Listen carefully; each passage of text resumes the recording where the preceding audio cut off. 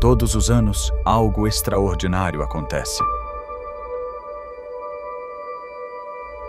Um movimento de fé, um encontro de corações, um tempo de renovação, de reconexão e de comunhão com Deus.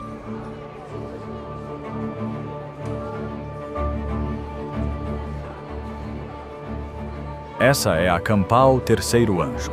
Mais do que um evento, é um chamado divino que une famílias, amigos e irmãos de fé de todo o país.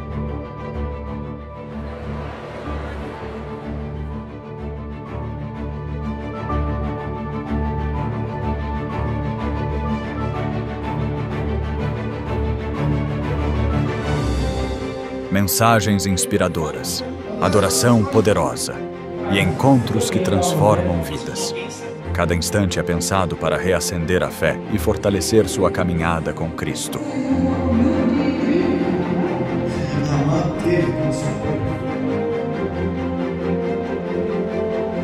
Dos mais experientes aos pequeninos, todos têm seu espaço. Programações específicas para crianças, jovens e adultos tocam corações de todas as idades.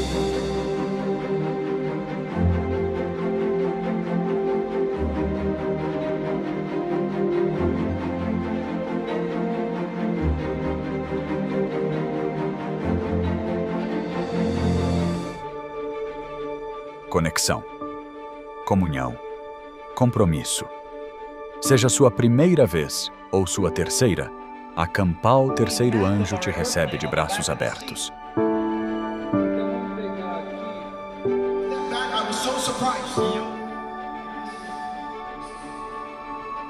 Isso não é só um congresso, é uma família, um vislumbre do céu.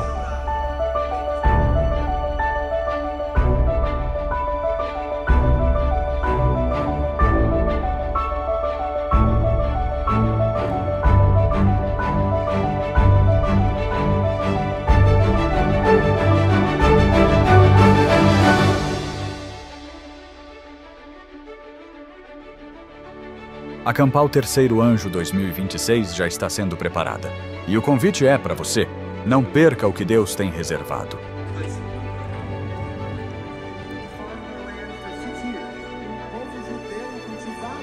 A cada ano damos um passo a mais perto do propósito, mais perto uns dos outros, mais perto do céu.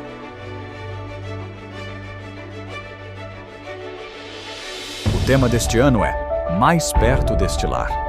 Porque cremos que a jornada está quase no fim e o lar eterno está logo ali.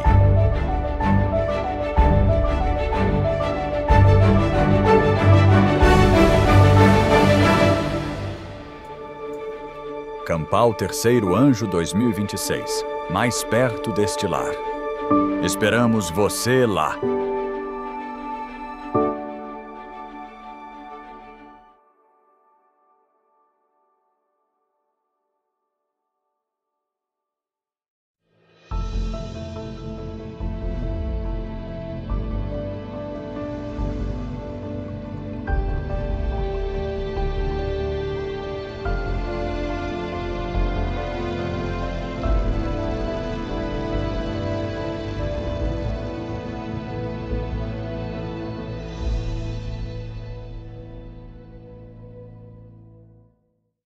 Bem-vindos de volta! Tiveram um bom intervalo? Louvado seja Deus, vocês parecem mais descansados hoje do que ontem. Não sei por quê, especialmente ontem, no final do dia, vocês pareciam bem exaustos. Mas, de qualquer forma, estão muito bem hoje. Vamos continuar o nosso estudo de Daniel, capítulo 7, e paramos na página 189, na última sessão. Então, vamos orar e depois mergulhar diretamente nesse estudo. Pai Celestial, enquanto continuamos nosso estudo, mais uma vez suplicamos pela ajuda do Espírito Santo, pois sabemos que só o Espírito Santo pode explicar a Tua palavra, para que a entendamos e a apliquemos em nossas próprias vidas. Guia os nossos pensamentos, abre nossos corações e nos capacita, Senhor, para preparar-nos e compartilharmos esta maravilhosa mensagem com outros. Em nome de Jesus, amém. Ok, agora que enumeramos brevemente as 11 características do chifre pequeno na sessão anterior, vamos recorrer à história para ver como essas características foram cumpridas na história pelo papado romano. Mas antes, um aviso. Alguns argumentam que não podemos recorrer à história porque ela ocorreu após a formação do cânon bíblico. Eu já fui desafiado a provar que o chifre pequeno representa o papado apenas com a Bíblia. A grande pergunta é: como podemos explicar a profecia do chifre pequeno de Daniel 7 a um católico romano usando apenas a Bíblia? A resposta simplesmente é que não podemos. Daniel fornece as características do chifre pequeno. Ele surgiria na Europa, mais especificamente em Roma, arrancaria 3 dos 10 reinos, blasfemaria contra Deus, perseguiria os santos, tentaria mudar a lei de Deus e governaria por tempo, tempos e metade de um tempo. Tudo isso podemos extrair apenas das Escrituras. Mas como provamos que essas características se aplicam ao papado sem sair do cânon e recorrer à história? Quando eu digo cânon, refiro-me às Escrituras, à Bíblia. A resposta é que não podemos provar que o papado é o anticristo apenas com as características bíblicas. A Bíblia nos dá as características e nós devemos encontrar o cumprimento da história fora do período em que a Bíblia foi escrita. No entanto, não há conflito entre a profecia e a história. Elas se encaixam perfeitamente, pois aquele que deu a profecia também guia os eventos históricos. O mesmo vale para a besta da terra de Apocalipse 13, versos 11 ao 18. Todas as características desta besta indicam que ela foi e será cumprida pelos Estados Unidos da América. Mas em nenhum lugar da Bíblia encontramos o nome Estados Unidos da América. Mais uma vez, a Bíblia fornece as características e nós devemos identificar qual poder se encaixa nelas no fluxo da história. Eu tive uma experiência na Argentina muitos anos atrás. Eu fui convidado para uma semana de oração em nossa universidade lá e uma noite eu preguei sobre a prostituta de Apocalipse 17. Apresentando todas as características. Na verdade, quando eu comecei o sermão, eu disse às milhares de pessoas presentes no ginásio: hoje à noite eu vou falar sobre o que a Bíblia diz sobre o poder do anticristo no fim dos tempos, usando o Apocalipse 17. Eu apresentei todas as características. É um poder global, é uma igreja que apostatou, pois é uma prostituta. Ela governa sobre as nações, é um movimento mundial, perseguiu o povo de Deus e governou por um período específico. Eu disse a eles: eu vou dar apenas as características, eu não vou dizer qual poder ela representa. Porque eu estava na Argentina, um país muito católico. Então decidi usar uma estratégia diferente. No dia seguinte, durante os horários de entrevista, pois durante o dia, quando não estava pregando, os estudantes vinham me fazer perguntas ou comentários. Uma estudante de enfermagem veio e ela disse: pastor, eu quero que saiba que ontem à noite o senhor me ofendeu. O senhor ofendeu a minha igreja? Eu olhei para ela e perguntei: como que eu fiz isso? Eu não mencionei nenhuma igreja ontem. E ela respondeu: mas com todas as características, eu sabia de quem o senhor estava falando. Então eu disse, se as características apontam para essa igreja em particular, então você deve aceitar. Isso ilustra o que estou dizendo hoje. Quando apresentamos as características, as pessoas conseguem somar 2 mais 2 e identificar o culpado no fluxo histórico. O ponto principal é que a Bíblia e a história caminham juntas. Não podemos separá-las. O fato é que o Deus que revelou as Escrituras também é o Deus que guia a história. Ele pode guiar a história porque a conhece antes mesmo que ela aconteça. Ele sabe exatamente como tudo vai se desenrolar e por isso pode contornar as ações de Satanás. Deus já sabe o que Satanás fará na história e por isso pode manobrar para neutralizar seus movimentos. E é essa a razão pela qual Ellen White se refere à história como jogo e contra-jogo na história. É como um jogo muito sério. Jesus está de um lado do tabuleiro de xadrez e o diabo está do outro lado. Jesus diz, jogue. E Satanás faz a sua jogada e então Jesus diz, agora é a minha vez e contra-ataca. E o diabo pensa, eu queria ter sabido que ele faria isso. Não há chance de Deus perder. Porque ele conhece todas as jogadas que Satanás fará. Como seria jogar xadrez se você já soubesse todas as jogadas que o outro jogador faria? Seria impossível perder na história. Deus conhece todas as jogadas de Satanás e, por isso, sabe como contorná-las e neutralizá-las para que a sua vontade providencial seja cumprida. Agora vamos analisar as características e eu vou selecionar algumas, pois não conseguiremos cobrir todas as notas sobre Daniel 7. Estamos na página 190 de nossas anotações. O papado é o quê? Romano. Isso é verdade? Sim, o papado católico romano adquiriu grande parte de sua religião da Roma pagã. Isso ocorreu principalmente durante o período de Constantino. Na verdade, o título Pontífice Supremo era usado pelos imperadores romanos.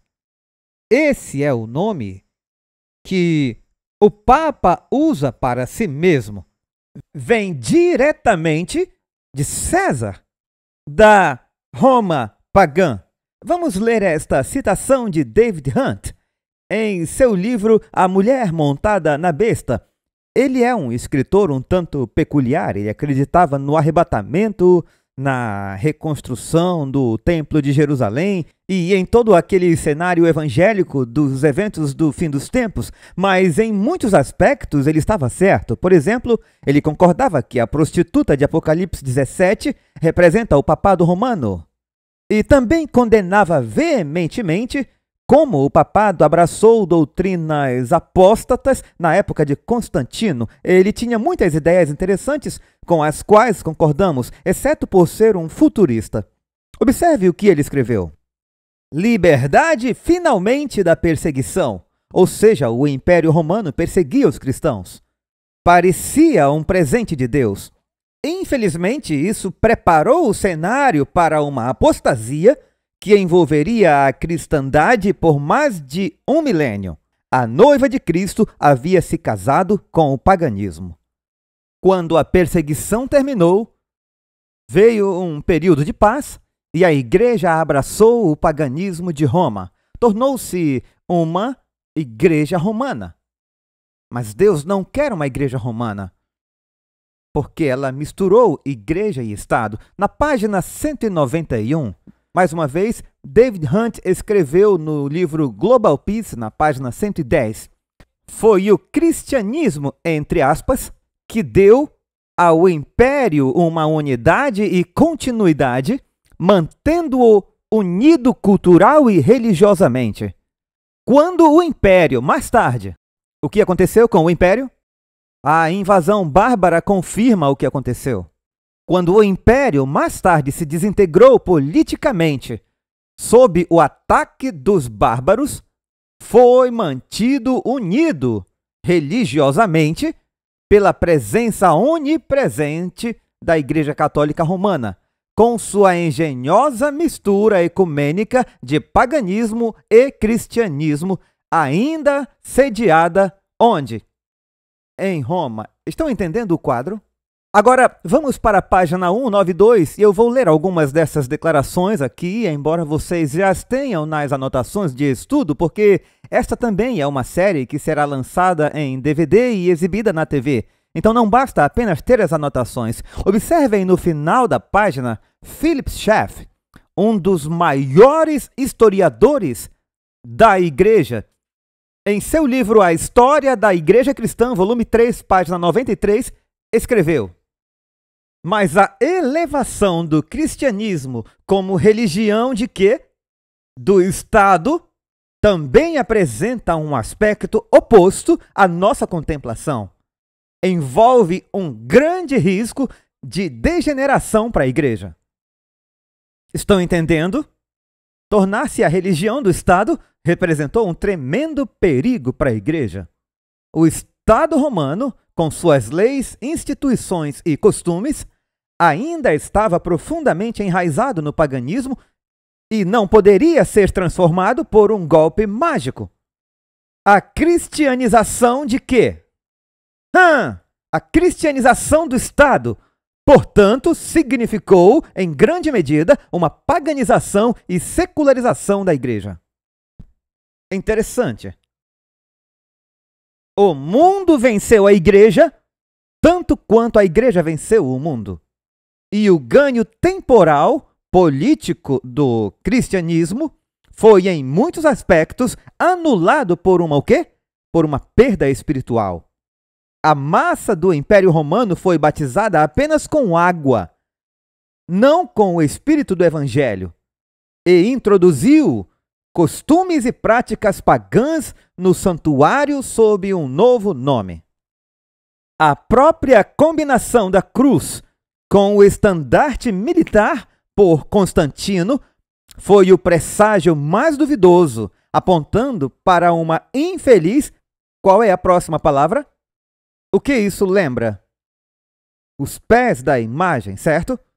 Novamente, apontando para uma infeliz mistura do poder temporal, o poder político de Roma, que continua, e do poder espiritual.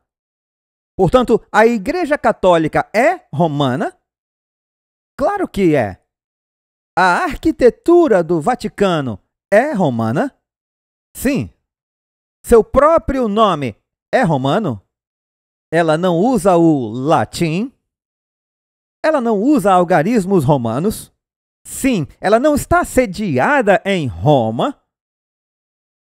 Preciso dizer algo mais? Observem esta declaração da Enciclopédia Católica sobre a cidade do Vaticano. É dentro da cidade de Roma, chamada a Cidade das Sete Colinas, que toda a área do Estado do Vaticano está agora confinada. Portanto, o chifre pequeno surge da cabeça da besta dragão, que é Roma. E, claramente, a Igreja Católica Romana continua Roma, quando o Império se desintegrou. Vejam esta declaração no final da página 193. Este é Adolf Harnack, um historiador da Igreja muito liberal teologicamente. Ele escreveu: a Igreja Romana, dessa forma, secretamente, assumiu o lugar do Império Mundial Romano, do qual ela é a verdadeira o quê? A Igreja Católica Romana é a o quê? A continuação do Império Romano. Então ele escreve: o Império não pereceu, apenas passou por uma o quê? Transformação. Isso não é apenas uma observação inteligente, mas o reconhecimento do verdadeiro estado das coisas historicamente e a maneira mais apropriada e frutífera de descrever o caráter desta igreja. Ela ainda governa as nações. Ele está dizendo que o papado romano ainda governa as nações. É uma criação política, além de ser uma igreja. É uma criação política e tão imponente quanto um império mundial, porque é a continuação do Império Romano. O chifre pequeno vem da cabeça da besta, Roma. Ele continua Roma. Em outras palavras, o Papa, que se intitula Rei e Pontífice Máximo, é o sucessor de César. Poderia ser mais claro que isso? Não são historiadores adventistas, esse cara é liberal. Ele nem mesmo acredita na inspiração da Bíblia, ele só está descrevendo a história. Observem no topo da página 195, lembrem-se, eu estou apenas selecionando algumas partes porque não temos tempo para ler todas as declarações, mas vocês as têm nas anotações de estudo. E eu encorajo aqueles que estão assistindo a esta apresentação a adquirir os 2 volumes das anotações e a acompanhar as apresentações com elas em mãos, lendo todas as citações adicionais. Há muito mais do que eu estou compartilhando nesta aula. Observem no topo da página 195. Os bárbaros conquistadores estavam invadindo os portões da cidade de Agostino quando o santo morreu em 430. A cidade norte-africana de Hipona foi um dos últimos postos imperiais a ser atacado. Roma já havia caído apenas 4 anos antes. A cidade de Deus de Santo Agostinho havia lançado as bases teológicas para que a igreja ocupasse o vazio deixado pelo colapso do Império Romano. Quem ocupou o vazio deixado pelo Império? O Papado Romano. Vamos para a próxima página, página 196. Página 196. O historiador R.W. Southern escreveu: durante todo o período medieval, havia em Roma uma única autoridade espiritual e temporal. Quantas autoridades havia durante o período medieval? Uma única. E essa única autoridade era o quê? O papado, que combinava o poder político do Império Romano com o poder espiritual da Igreja. Durante todo o período medieval, havia em Roma uma única autoridade espiritual e temporal, exercendo poderes que, no fim, excederam aqueles que jamais estiveram nas mãos do imperador romano. Observem a declaração no meio da página. W.H.C. Friend. A Roma cristã foi a legítima sucessora de quê? Da Roma pagã. Philip Schaff escreveu o seguinte, é o mesmo historiador que eu citei antes. Quando o Império Ocidental caiu nas mãos dos bárbaros, o bispo romano foi o único herdeiro sobrevivente desse passado imperial. Quando fala bispo romano, se refere ao Papa, aquele que se tornou o Papa. Ou, como diz o conhecido ditado de Hobbes, o fantasma do falecido Império Romano sentado coroado sobre seu túmulo. O papado é o fantasma do Império Romano. Claro que Hobbes não cria no estado dos mortos como nós acreditamos. Muito antes da queda de Roma, havia começado a surgir dentro do Império Romano um estado eclesiástico. O quê? Não é apenas uma igreja, mas um estado eclesiástico que se moldava segundo o modelo imperial, ou seja, a igreja se estruturou de acordo com o Império Romano. Esse império espiritual, como o império secular, possuía uma hierarquia de cargos, só que com novos nomes, dos quais diáconos, presbíteros e bispos eram os mais importantes. Outra consequência da queda do poder romano no Ocidente foi o desenvolvimento do papado. Na ausência de um imperador no Ocidente, os papas rapidamente ganharam influência e poder e logo construíram um império eclesiástico que, em alguns aspectos, tomou o lugar do antigo império. Está claro? A besta dragão se divide em 10 reinos. Então o chifre pequeno surge e arranca 3 e assume o lugar da besta da qual surgiu. Observem uma declaração no final da página 197 de W. F. Berry, A Monarquia Papal, falando sobre as invasões bárbaras. Se estendermos nossa visão sobre as ruínas do Império Ocidental, eis o espetáculo que nos aguarda por todos os lados. A Pax Romana, a paz romana, cessou. Em outras palavras, acabou a paz com as invasões bárbaras. É uma confusão o quê? Universal. Mas onde quer que um bispo mantenha sua corte, a religião protege tudo o que resta da antiga ordem. O que é a antiga ordem? O Império Romano. E quem está protegendo o Império Romano? A Igreja. Uma nova Roma. Uma nova o quê? Uma nova Roma surge lentamente no horizonte. Quem é essa nova Roma? O papado. Nenhum desses escritores é adventista. São historiadores seculares ou de outras denominações. Mais uma vez, uma nova Roma surge lentamente no horizonte. É o herdeiro da religião que derrubou. Ou seja, herdeiro da religião romana. Assume o esplendor exterior dos Césares. O imperador não existe mais, mas o Pontifex Maximus, o Papa, permanece.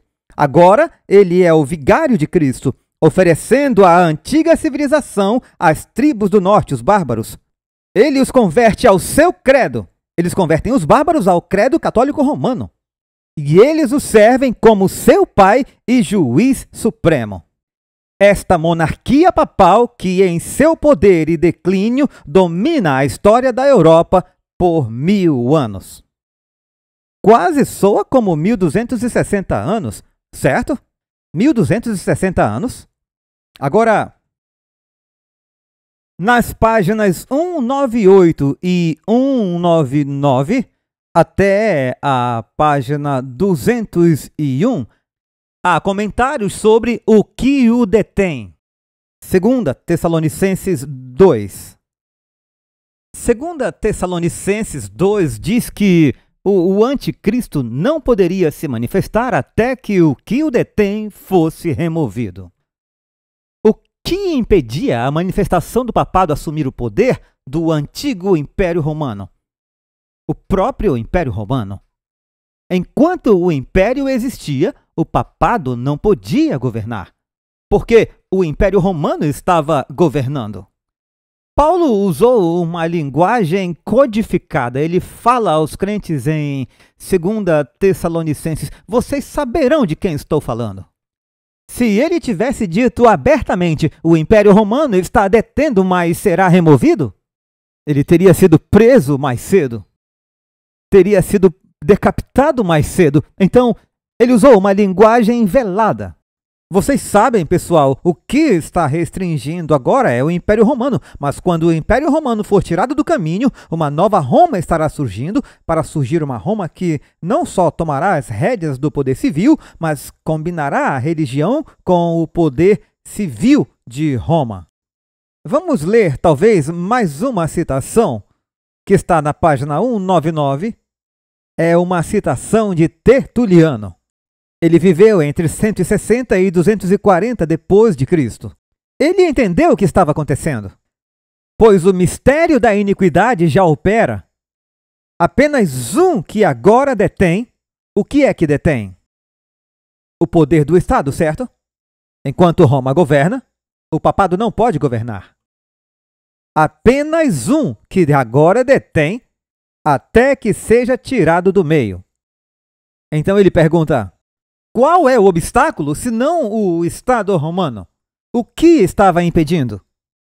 O Estado romano. Então, qual é o obstáculo, se não o Estado romano? A apostasia do qual, ao ser fragmentado em 10 reinos, introduzirá o anticristo sobre suas ruínas. Então será revelado o iníquo. Ele está citando 2 Tessalonicenses, capítulo 2. Agora vamos observar também na página seguinte, página 200. Estamos numa sequência aqui e precisamos realmente passar por esse material. Vamos observar o que Cirilo de Jerusalém tinha a dizer. Ele é um dos pais da igreja e viveu de 318 a 386 d.C. Aliás, ele viveu nesse período. Você acha que ele sabia do que estava falando? É claro que sim. Esses são os pais da igreja que viveram quando essas coisas estavam acontecendo. Veja o que ele escreveu. Mas esse anticristo já mencionado virá quando os tempos do Império Romano tiverem se cumprido e o fim do mundo estiver se aproximando. O que ele não sabia era que o papado teria outro período de domínio. Estão me acompanhando? Ele pensava que o fim do Império Romano levaria ao reino eterno, porque Daniel 2 dá essa impressão, se você não observar todas as profecias subsequentes. Vejamos o que continua dizendo. Surgirão ao mesmo tempo 10 reis dos romanos. Eles ainda não haviam surgido. 10 reis ou reinos, certo? Reinando em diferentes partes, talvez, mas todos aproximadamente na mesma época. E após esses, um 11º, o anticristo, que por sua arte mágica se apossará de quê? Do poder romano. E dos reis que reinaram antes dele, 3 ele humilhará, e os 7 restantes manterá sujeitos a si. Essa é uma declaração impressionante, pessoal, de alguém que viveu naquela época. Cumpriu-se à risca. Vamos ler 2 declarações da página 211. Ambas são de Ellen White e ela entendeu o que detém. Deixa eu perguntar, o papado tem sido restringido desde 1798? Por que tem sido restringido? Porque o poder civil lhe foi tirado. Certo? Sim, foi restaurado em 1929. Mas o papado foi capaz de perseguir depois de 1929? Não. O que mantém o papado sob controle? Os poderes civis do mundo. Quando a ferida mortal será curada? Quando os Estados Unidos restaurarem o poder civil ao poder romano. A ferida mortal é a retirada do poder civil. E a cura da ferida é a restauração da espada do poder civil. Estão me acompanhando? Sabe, nós entendemos mal a ferida mortal. Nós dizemos, a ferida mortal significa que em 1798 o Papa foi levado cativo. Não, em 1798 todo o sistema foi levado cativo, porque a besta é um sistema, não é um Papa. Estão me entendendo? E o sistema entrou em cativeiro. O que detém as correntes foram colocadas sobre ele. E ele não pode fazer o que fazia no passado, porque os poderes civis do mundo ainda não lhe restauraram o poder. Mas o que está acontecendo agora mostra que está lenta, mas seguramente chegando a esse ponto. Porque todas as nações do mundo parecem admirar o que o Papa tem a dizer sobre a mudança climática. A agenda da mudança climática. Há uma mudança climática, sim, mas o que as pessoas não sabem é qual é a agenda por trás de toda essa conversa sobre mudança climática. Estão me entendendo? Vamos ler essas 2 declarações de Ellen White no meio da página 211. Que as restrições... Com licença, o quê? Algo está restringindo. Que as restrições agora impostas pelos... Quem impôs as restrições ao papado lá atrás? O poder civil de Roma. Agora ela diz que as restrições agora impostas pelos governos seculares sejam o quê? Removidas, isso é a cura da ferida. Sejam removidas e Roma seja o quê? Restaurada, como era durante os 1260 anos, restaurada ao seu antigo poder e haveria rapidamente um reavivamento de sua tirania e perseguição. Então, do que podemos ser gratos hoje? Podemos ser gratos hoje porque os Estados Unidos ainda não se aliaram totalmente ao papado. Porque quando restaurarem a espada ao papado, Ellen White descreve as perseguições do futuro se misturarão com as perseguições do passado. Então, Ellen White escreveu em Manuscript Releases, volume 1, página 50, o vasto império de Roma desmoronou em pedaços e de suas ruínas. De onde vem o chifre pequeno? Ele vem da igreja ou do Estado? Ele vem do Estado de Roma, certo? É uma igreja que surge do Estado de Roma, porque ela diz: o vasto império de Roma desmoronou em pedaços e de suas ruínas. O chifre pequeno vem da cabeça da besta dragão, de suas ruínas. Ergueu-se aquele poder poderoso, a Igreja Católica Romana. Essa igreja se orgulha de sua infalibilidade e de sua religião hereditária. Essa é a característica número 1. Temos documentação para a característica número 1, de sobra. Característica número 2. O papado surgiu entre os 10 chifres. O papado surgiu entre os 10 chifres.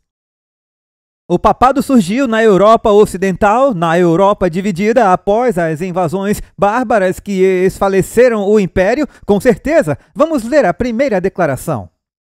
Mesmo os próprios romanistas, isso é o que Albert Barnes, um comentarista presbiteriano da Bíblia, escreveu, mesmo os próprios romanistas admitem que o Império Romano foi, por meio das incursões das nações do norte, desmembrado em 10 reinos.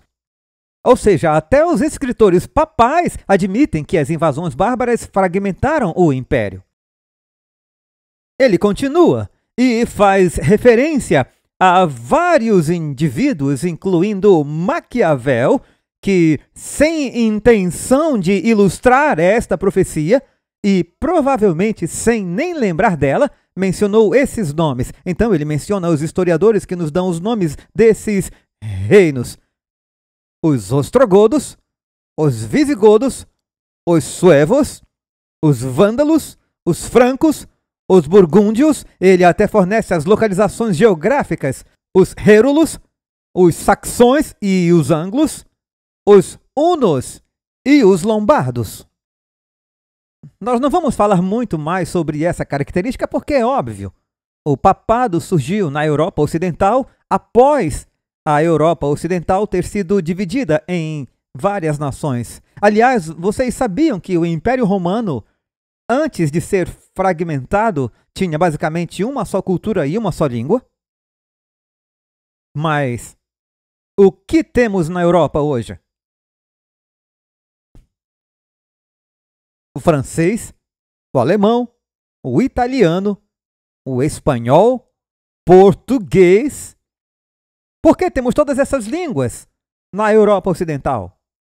Porque são resultado direto das invasões bárbaras. Cada uma delas tem uma cultura diferente? Sim, todas têm uma cultura diferente. Portanto, as nações da Europa são prova de que o antigo Império Romano foi dividido em vários reinos. O papado subiu ao poder após 476? Sim. A supremacia do papado romano surgiu após 476. O papado não poderia alcançar soberania, isto é importante, até que os 10 reinos estivessem sujeitos ao seu controle. Ou seja, ele não poderia ter poder total até que todos os reinos estivessem sob seu domínio. Quando Odoacro, rei dos Hérulos, depois Rômulo Augustulus, em 476 d.C., a fragmentação do Império Romano estava completa. No entanto, mesmo que as 10 divisões do Império Romano estivessem completas em 476, ainda havia o quê? 3 reinos rebeldes que se recusavam a se submeter ao bispo de Roma. Sabemos que esses eram os vândalos, os hérulos, os ostrogodos. Esses 3 reinos precisavam ser removidos para que o papado pudesse ascender ao poder absoluto no Ocidente. E todos sabemos que o último desses reinos foram os ostrogodos, que foram desarraigados no ano 538 d.C. 493, os hérulos, em 534 e depois em 538, o último reino é desarraigado pelo papado e agora o papado poderia ascender ao poder supremo. Nós não vamos trabalhar muito na próxima característica. O pequeno chifre arrancou 3 chifres, exceto ler talvez uma declaração aqui, porque precisamos avançar. Vocês podem ler toda a história sobre 538 e os ostrogodos, mas eu vou ler na página 205 uma declaração de George Finlay, está no topo da página. Com a conquista de Roma por Belisário, ele era o general dos exércitos de Justiniano. Com a conquista de Roma por Belisário, a história da cidade antiga pode ser considerada como encerrada. E com sua defesa contra Vitíges, que era o rei dos ostrogodos e foi finalmente derrotado em 538, começa a história de quê? Da Idade Média. Agora há um período em que o papado exerce domínio. Agora vamos para a página 206. Característica número 5. O papado reivindica poder divino. O papado reivindica poder divino. E ele o faz ao estudar as páginas seguintes, que são muitas. Vocês precisam observar vários elementos que eu menciono aqui. Eu não dividi em seções, mas procurem o seguinte. O Papa permite que o chamem de Santo Padre. O que Jesus disse? Que há apenas um que pode ser chamado de Santo Pai. E quem é? Este é Deus, o Pai. O Papa encoraja, ao menos nesse período, alguns dizem, isso era naquela época. Mas tudo o que precisamos observar são as características daquele período, tempo, tempos e metade de um tempo. Eu estou dando as características desse período. O papado pode dizer que algumas dessas coisas não se aplicam agora porque não há perseguição. Mas essas características retornarão quando o papado for restaurado ao poder. Estão entendendo? Só precisamos provar em Daniel 7 que o papado fez isso durante o período de um tempo, tempos e metade de um tempo. Isso identifica o estágio passado. O estágio futuro trará as mesmas coisas, mas ainda não vimos tudo porque a ferida ainda não foi curada. Estão entendendo? Nesse período, o Papa permitia que as pessoas se ajoelhassem diante dele e beijassem seus pés. Sejamos realistas. Lembram de quando Cornélio se ajoelhou diante de Pedro? O que Pedro disse? Oh, sim, beije o meu anel. Não, não foi isso. Ele disse, levante-se. Eu sou um homem como você. Nem mesmo um anjo permite que o ser humano se ajoelhe diante dele. Apocalipse 19 diz que o anjo disse a João, levante-se, adore a Deus. Mas o Papa permite que as pessoas se ajoelhem diante dele. Quem pode perdoar pecados? Marcos 2, verso 7 diz, quem pode perdoar pecados senão Deus? O papado afirma ter poder de perdoar pecados? E esse não é um atributo de Deus? Portanto, o papado permite que o Papa seja chamado de Santo Padre, título pertencente apenas a Deus. Permite que indivíduos durante esse período se ajoelhem diante dele, ato que pertence apenas a Deus. Afirma ter poder de perdoar pecados, algo que só pertence a Deus. Segundo Marcos 2, verso 7, o papado afirmou ter poder de mudar a lei de Deus. Mas para mudar a lei de Deus, ele teria que ter o poder de Deus. Certo? Portanto, ele está reivindicando um atributo divino. Além disso, o papado, em 1870, proclamou o dogma da infalibilidade papal. Vamos ler declarações em instantes. Por enquanto, eu quero que vocês entendam um panorama geral. Quem é o único infalível segundo a Bíblia? Somente Deus é infalível, mas se o papado diz que é o Papa, quando fala ex cátedra, ou seja, do trono, é infalível, ele está reivindicando um direito e prerrogativa que pertencem exclusivamente a Deus. Mas ainda, o papado declarou nesse período que tinha autoridade para estabelecer reis e depor reis. A quem pertence esse poder? A Deus! Deus é quem estabelece reis e remove reis. Além disso, quem é o único que pode julgar? Deus é o único juiz. Vou ler declarações em que o papado afirma que o Papa é o único juiz, que ele pode julgar todos, mas ninguém pode julgá-lo. Vamos ler essas afirmações que mostram tudo isso. Além disso, a Igreja Católica Romana declarou abertamente durante esse período e até depois que o Papa é Deus na Terra.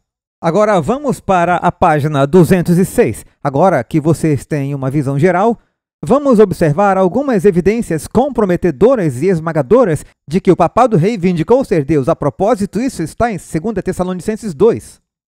Lá está escrito que ele se assentaria no templo de Deus. O que é o templo de Deus?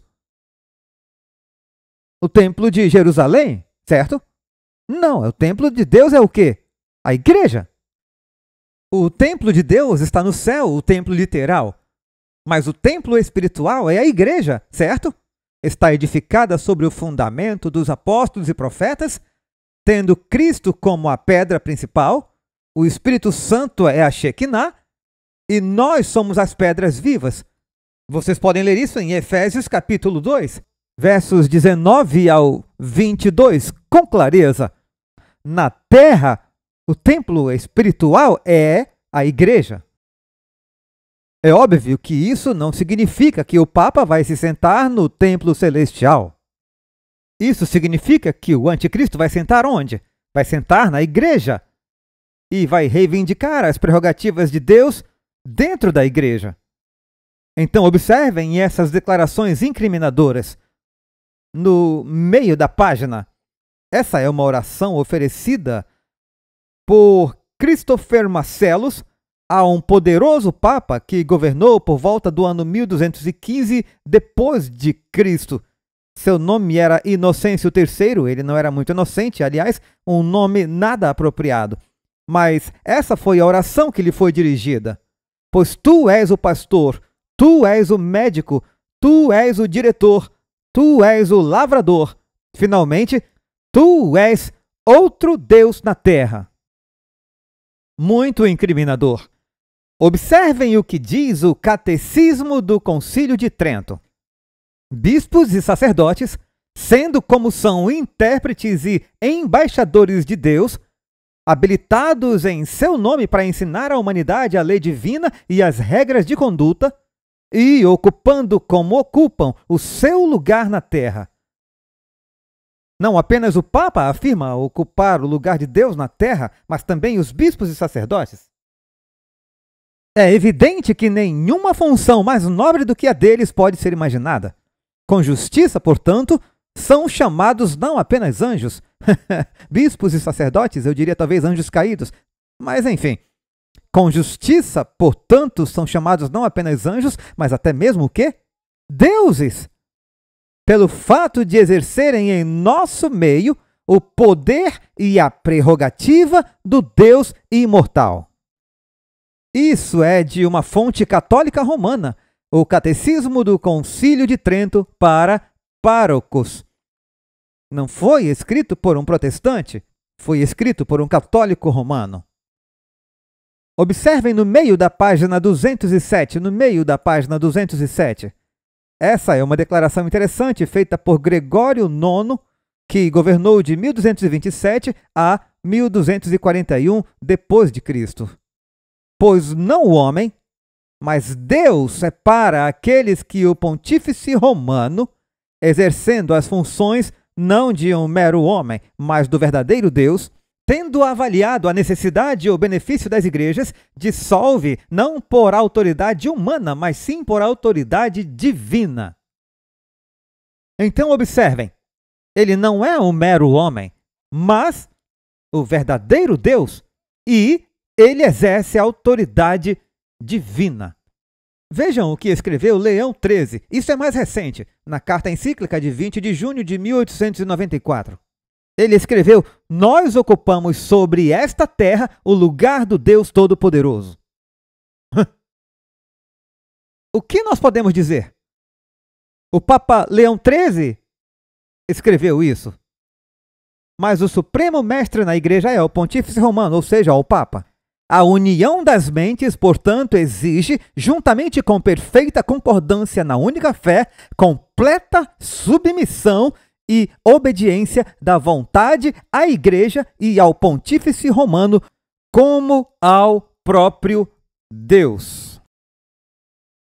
E isso não é durante o tempo, tempos e metades de um tempo. São indivíduos escrevendo depois.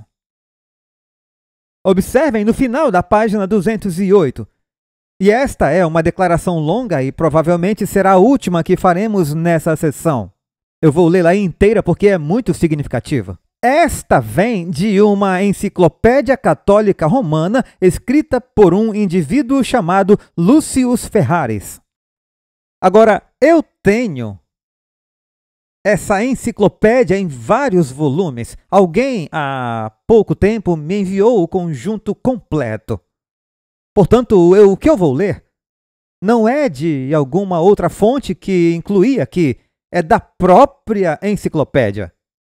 Veja o que diz essa enciclopédia. O Papa é de tão grande dignidade e tão exaltado que ele não é um mero homem, mas como que Deus e o vigário de Deus.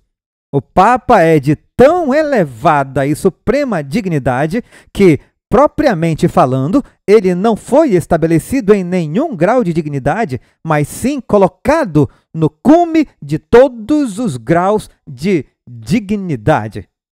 O Papa é chamado de Santíssimo, porque se presume com razão que ele o seja.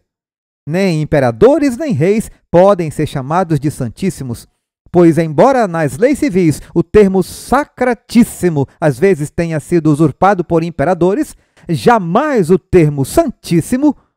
O Papa, e somente ele, é justamente chamado pelo nome de Santíssimo, porque somente ele é o vigário de Cristo, que é a fonte, a origem e a plenitude de toda a santidade. O Papa, por causa da excelência de sua suprema dignidade, é chamado Bispo dos Bispos. É também chamado Ordinário dos Ordinários. É igualmente Bispo da Igreja Universal. É também o Monarca Divino, o Supremo Imperador e o Rei dos Reis. Isso é blasfêmia. Daí o Papa ser coroado com uma tríplice coroa, como Rei do céu, da terra e das regiões inferiores. Para mim era só Deus. Além disso, a superioridade do poder do pontífice romano de modo algum se limita apenas às coisas celestiais, às terrenas e às subterrâneas, mas estende-se até sobre os anjos. O Papa tem autoridade sobre os anjos. Sendo maior do que eles, o Papa é maior do que os anjos, segundo essa enciclopédia. Então, ouçam isso. De modo que, se fosse possível que os anjos errassem na fé ou pensassem contrariamente à fé, poderiam ser julgados e excomungados pelo Papa. Isso é blasfêmia. Cumpre exatamente o que a Bíblia diz. Pois ele é de tamanha dignidade e poder que forma um único e mesmo tribunal com Cristo, de modo que tudo o que o Papa faz parece proceder da boca de Deus, conforme a maioria dos doutores, etc. O Papa é como que Deus na terra, soberano dos fiéis de Cristo, chefe, rei dos reis, tendo plenitude de poder, a quem foi confiada pelo Deus onipotente a direção não apenas do reino terrestre, mas também do reino celestial. O Papa é de tão grande autoridade e poder que pode modificar, explicar ou interpretar até mesmo leis divinas. Em prova dessa última proposição são feitas várias citações, entre elas: o Papa pode modificar a lei divina, já que seu poder não vem do homem, mas de Deus, e ele atua como vice-regente de Deus na terra, como o mais amplo poder de ligar e desligar suas ovelhas. Tudo que o próprio Senhor Deus e Redentor é dito fazer, isso seu vigário faz, desde que não faça nada contra a fé. Essa não é uma declaração notável? Não foi escrita por um protestante? Foi escrita por uma enciclopédia católica romana. Deixe-me dizer algo sobre essa enciclopédia. Não é uma produção insignificante. A Enciclopédia Católica, que é outra enciclopédia, volume 6, página 48, no artigo Ferraris, que é o editor desta enciclopédia da qual eu li, contém as seguintes palavras nesse artigo Ferraris. Esta enciclopédia é uma verdadeira enciclopédia de conhecimento religioso e uma preciosa mina de informação. Diz a Enciclopédia Católica Romana.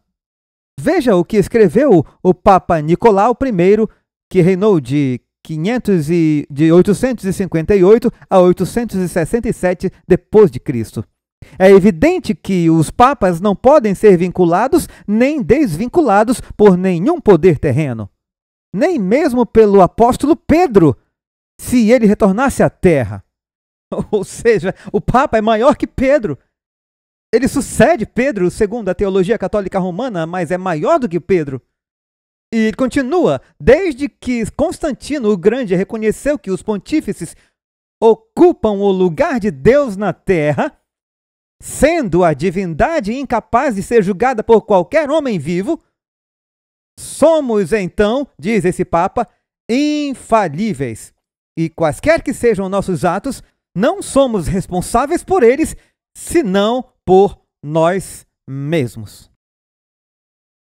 Blasfêmia? Eles mesmos estão se incriminando. Por isso que eles precisam dizer que o chifre pequeno é Antíoco Epifânio, um governante perverso que existiu no período da Síria no Antigo Testamento.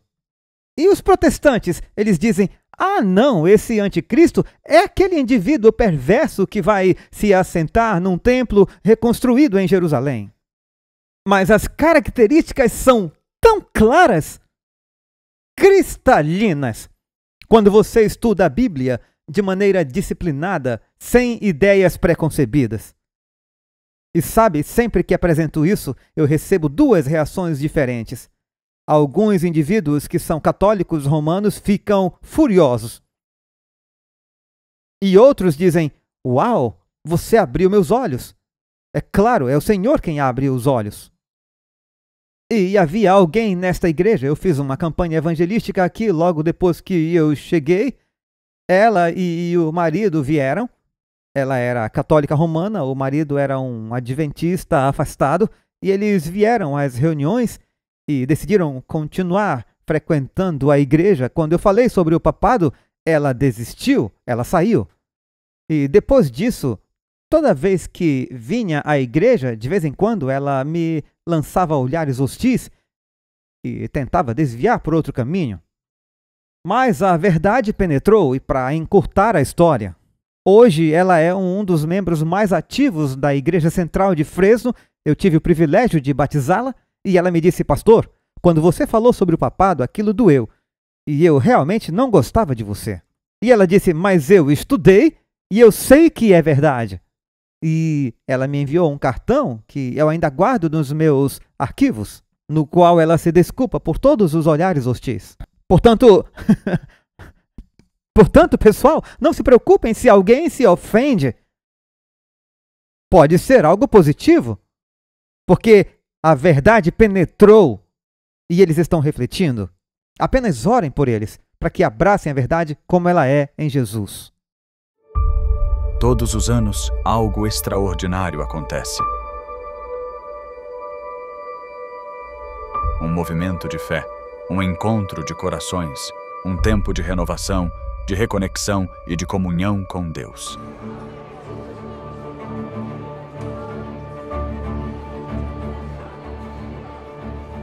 Essa é a Campal Terceiro Anjo. Mais do que um evento, é um chamado divino que une famílias, amigos e irmãos de fé de todo o país.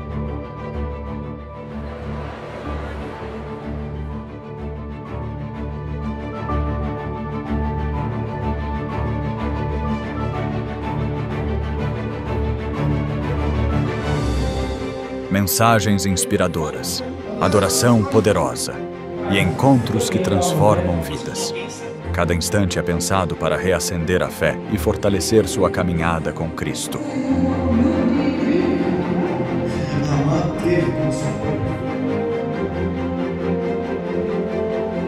Dos mais experientes aos pequeninos, todos têm seu espaço. Programações específicas para crianças, jovens e adultos tocam corações de todas as idades.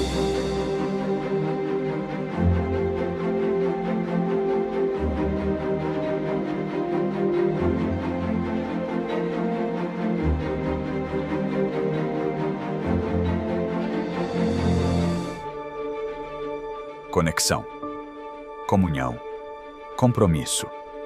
Seja sua primeira vez ou sua terceira, a Campal Terceiro Anjo te recebe de braços abertos.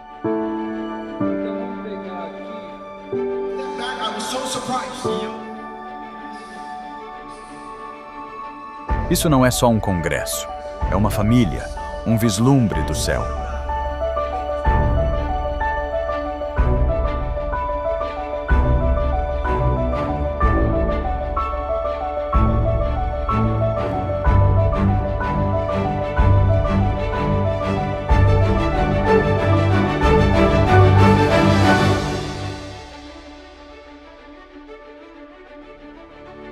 A Campal Terceiro Anjo 2026 já está sendo preparada. E o convite é para você. Não perca o que Deus tem reservado.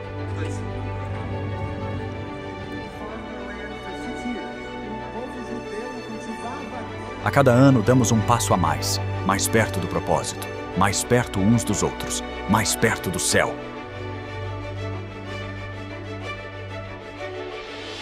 O tema deste ano é Mais Perto deste Lar. Porque cremos que a jornada está quase no fim e o lar eterno está logo ali.